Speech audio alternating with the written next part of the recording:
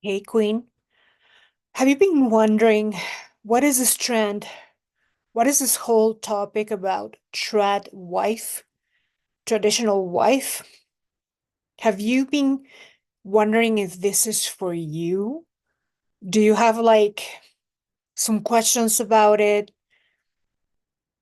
Are you wondering anything about it? Well, if you are wondering who is a good candidate to be a trad wife and who is not, then keep on watching. I mean, I think it is funny that this is kind of a trend. As a lot of you guys know, I am born and raised in Mexico, which is like the Mecca of feminine energy, the Mecca of light feminine energy. And I grew up with a trad wife mom and surrounded by only trad wives, right? And I haven't made that video of how I healed my feminine energy, particularly the part about the independent woman trap. But I'll kind of touch on that a little bit here. So growing up, it was all sweet and adorable and all fun and games with all the, traditional, really feminine mommies all over the place. But I thought growing up that there was something really freaking wrong. There was something so, there was something that irked me so much about it, to the point where there was a point in my life that I hated being a woman just so that I wouldn't be like them. And what was a big problem with them? For a long time, I couldn't put my finger on it. I couldn't really understand why I hated the whole, I just hated them, right? Um, and after years and years, after I was able to heal that, I realized that it's because they were literally like children. They were like little girls, like daddy's little girls. They were not grown women. I can only pinpoint, name with my one hand the women that were like, wow, she is wow, she's a role model. I want to be like her. Okay, and I'll talk a little bit about who were these women that I wanted to be like growing up. And let me continue telling you why I thought it was horrible to be a trad wife back in the day in Mexico. And even it's the same thing here at the end of the day, right?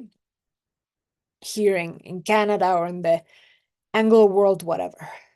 Um, so the big problem was that when you looked at it, they were like uh women child, woman children, like they were a woman child. They were not a grown woman. They would absolutely idolize their husbands.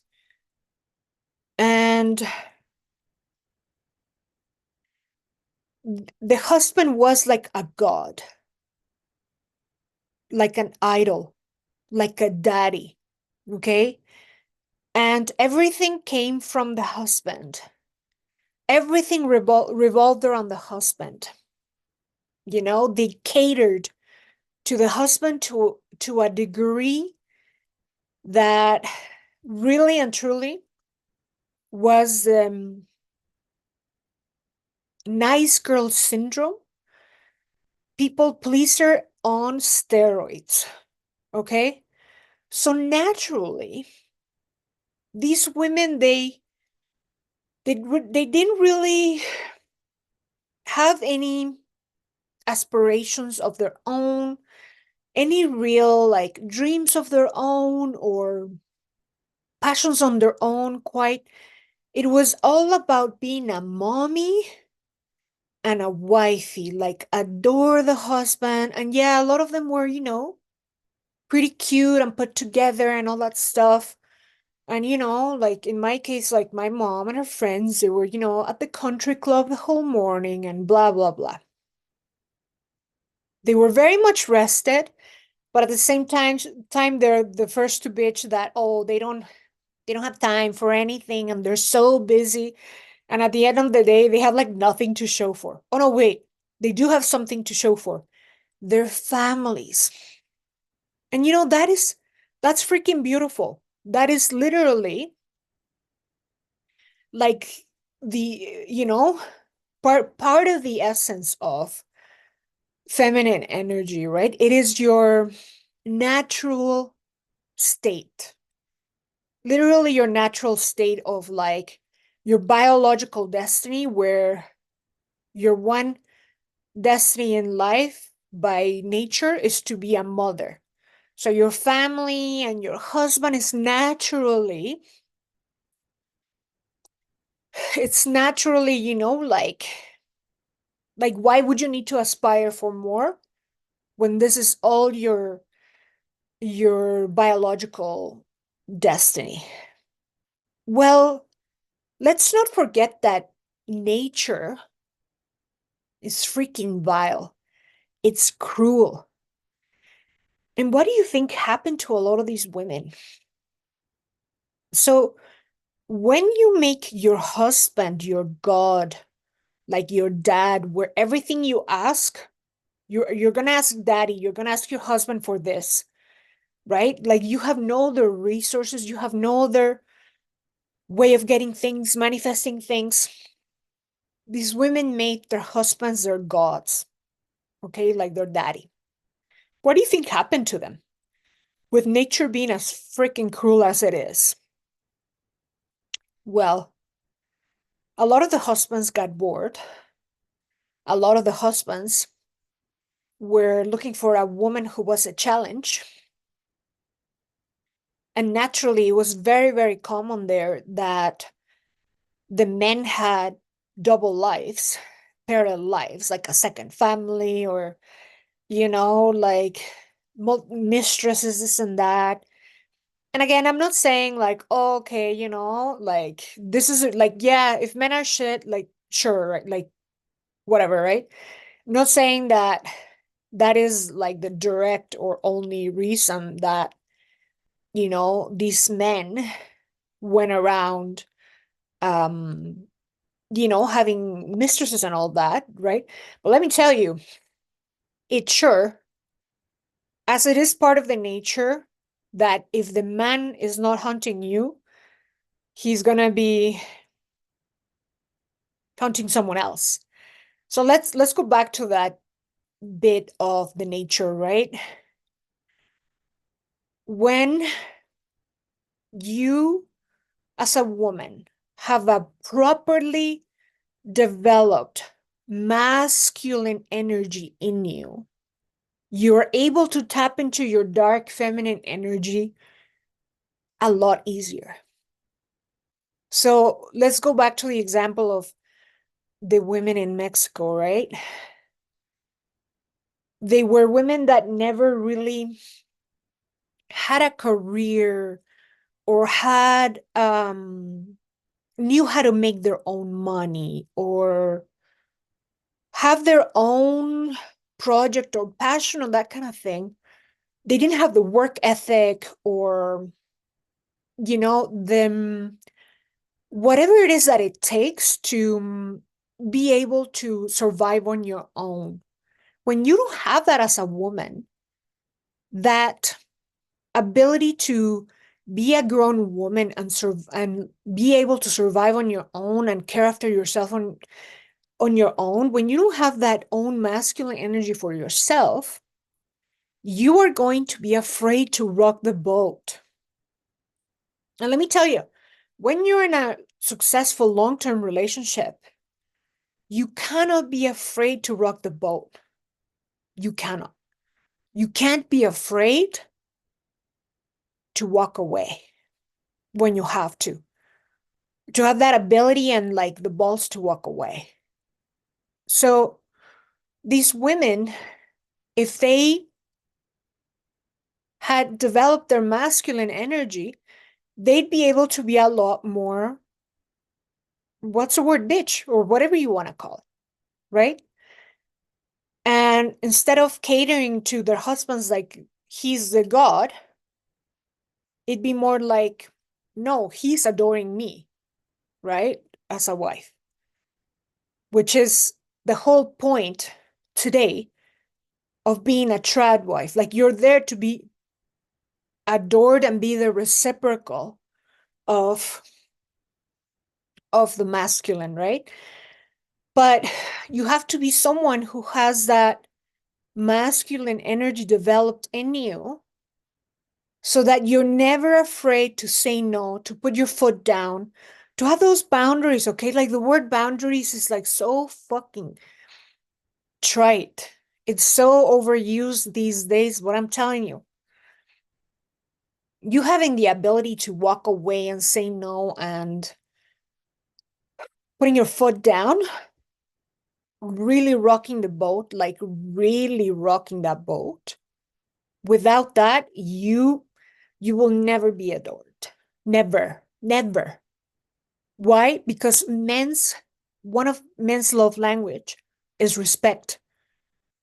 Kind of like you respect him, but when he respects you, you're someone that you're not to be messed with.